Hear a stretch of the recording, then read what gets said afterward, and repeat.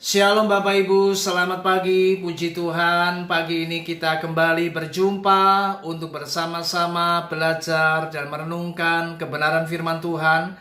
Dan tema yang akan kita bahas pada pagi hari ini adalah ukuran mengasihi.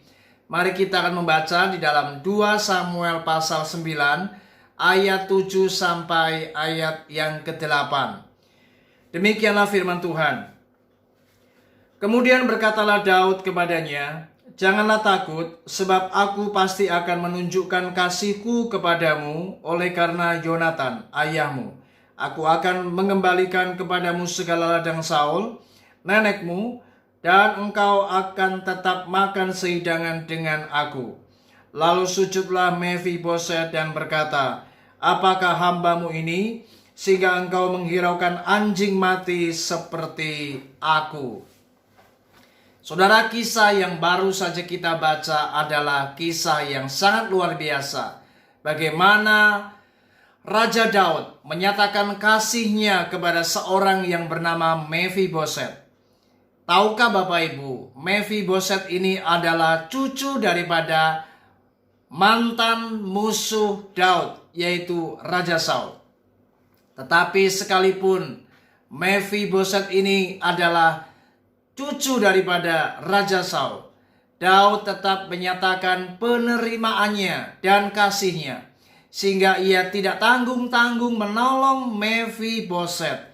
Sekalipun Mephiboset mengaku dirinya sebagai anjing mati, tapi Daud tetap mengasihinya. Sehingga Mephiboset tidak hanya dicukupi segala kebutuhan fisiologisnya, melainkan juga secara status sosialnya, karena Daud mempersilahkannya makan sehidangan dengannya. Ini sungguh luar biasa. Itu sebabnya tidaklah heran Bapak Ibu, kalau Daud ini benar-benar berkenan di hati Allah. Karena Daud adalah orang yang melakukan kehendak Allah pada zamannya.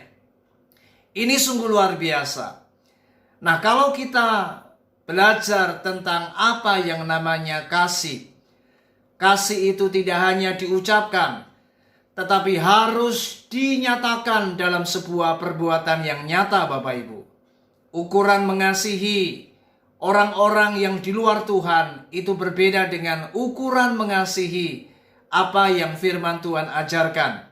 Orang-orang di luar Tuhan mereka punya ungkapan, yaitu I love how you love me. Artinya, aku mengasihi sebagaimana engkau mengasihi aku. Artinya orang-orang dunia mengajarkan bagaimana mereka menuntut kasih terlebih dahulu, baru mereka mengasihi. Inilah ungkapan kasih yang dinyatakan oleh orang-orang yang di luar Tuhan. Sedangkan kasih yang diajarkan oleh firman Tuhan, kasih orang Kristen itu berbeda.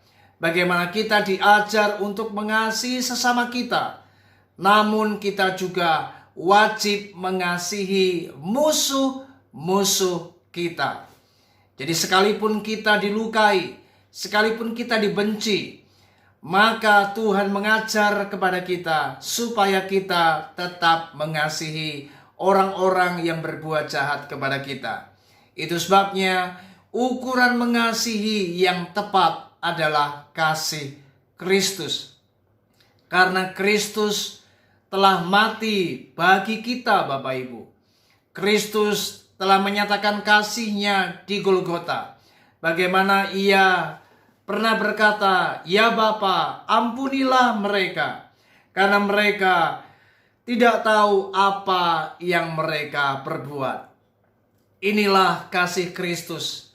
Dan kita wajib sebagai orang-orang Kristen, kita harus mengasihi orang-orang di sekitar kita, bahkan musuh-musuh kita, sebagaimana Kristus mengasihi kita.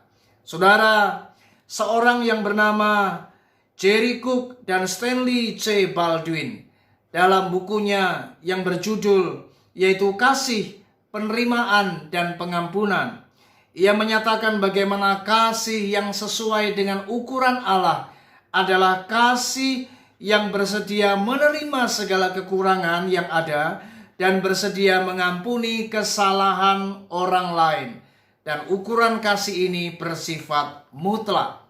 Saudara, inilah kasih.